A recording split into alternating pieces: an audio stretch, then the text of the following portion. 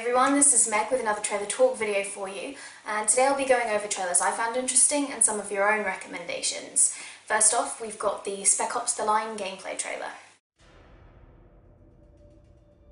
Now I have to be honest here, despite the really great graphics and nicely flowing first-person shooter gameplay mechanics, the narrative is what really drew me in to Spec Ops The Line, so this gameplay trailer really was not on the top of my must-see list.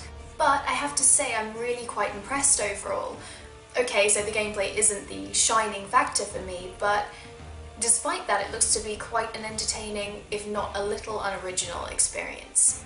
Firstly, I love the visuals and the colour palette. The overall look, to me, seemed to represent the desert sky, with some areas cloaked in purples and rusty pinks, and others washed in white hot golds, reds and umbers. And I like that they've not let the realism of Dubai, which is a very real setting, get in the way of artistic intent. And the scope is incredibly impressive too, with sandstorms, derelict cities, you name it. The gameplay, I think, looks like every other slick, well-oiled first-person shooter, with some nifty little melee attacks here and there, but aside from that, it's not like anything we haven't already seen. This trailer doesn't really reveal anything new about the narrative, but it's still the crowning factor for me. I love games that explore the grey area. I like its focus on the thin line between good guys and bad guys. I'm also excited to see Nolan North play a darker character in a dark setting. I may have to play this one. Now onto a subscriber recommendation, the Resident Evil 6 Captivate trailer. Honestly, I'm getting a little bored with all the names for these viruses. You've got the T virus, AT5121, or is it AT15121? Daylight. The G virus, that was a mutation of a type B something. Ouroboros.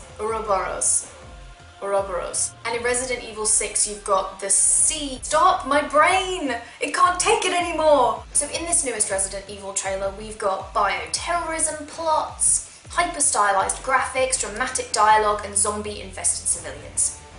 Pretty much standard fare. I must say though, the graphics are beautiful. It's hard to take your eyes off of the characters' faces, Leon, Redfield Jr. and Sherry in particular. Some major plot details are given away in this trailer as well. It looks like the unidentified man with a scar is Wesker's son. Now I was half expecting an "I am your father, no" sequence somewhere in there, but it looks like Wesker Jr. has no idea who Papa is, nor does he care. The best part of this trailer though is the showdown between Leon and Chris. Okay, it only lasts a few seconds, but it's pretty darn cool, and who doesn't like an epic showdown? All in all, it's okay. Sadly though, I will likely play this game because I feel obligated. I don't feel an insatiable need to play this. I like the series, and that alone compels me to want to experience the 6th installment. And what I've seen so far interests me, but it doesn't really excite or bring out my rabid inner fan. Next we have the Dishonored debut trailer. Now this teaser I felt was really interesting, but I kind of went through reactionary phases whilst I was watching it. Let me just explain. Now it initially got brownie points from me, mainly because they used the voice of Johnny Powell in the beginning. And it's one giant cinematic, and you know I can't help but get all googly-eyed when I see a beautiful cinematic. Blame Final Fantasy X. But it was the overall style that had me gasping. As soon as the Dark Age melded with the Space Age, I felt myself do a Sally. I just love genre and style mashups, and this looked to be a seamless blend of the two worlds. On the one hand, you have the rat-infested streets of filth, and on the other we have those towering mechanical structures with spindly, spider-like legs. My heart sunk a bit. We were thrown into the first-person perspective, as I think first-person views can be limiting and occasionally clumsy. Then it sunk a little bit more with the Assassin's Creed-style roof running, and further still with the air assassination. And then it hit the ground when the hugely Bioshock combat system was revealed. So overall I would say it's very obviously a mix of different things that we've seen before, and that's not always a bad thing. I mean, I think it's fair to say that nowadays there are very few really original ideas. Everything is derived from something else. But it doesn't necessarily have to feel that way. And for example, Uncharted, I mean, it uses things and fine-tunes elements that we've seen 1,000 times before, but manages to make it feel fresh. Dishonored feels like a regurgitation to me by the end of the trailer, so I'm not really sure if I'll be keeping my eyes open for more footage.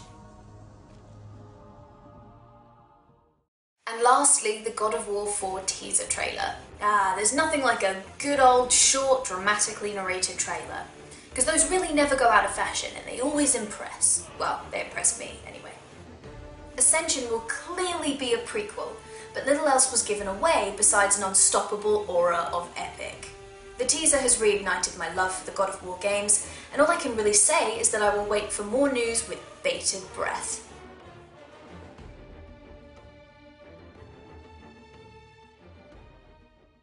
So thanks for watching, I hope you enjoyed the video. As always, links to the original videos will be in the description box below, and feel free to comment with your own opinions and suggestions of what you think I should watch in the comment section below. Thanks again, and I will see you all in my next video, which will be my 5,000 special, so keep asking those questions. Bye! Stop. Hammer time. 1V Roman numerals, that's... oh, crap. X is 10, V is 5, so 1 before... oh, it was 4. Oh, I hate Roman numerals. I hate them, I hate them, I hate them. Melee attacks? Melee attacks. There's the one that I can't pronounce from 5. Ouroboros. So in this new Resident Evil 6, we've got... in this new Resident Evil 6, because there was one before,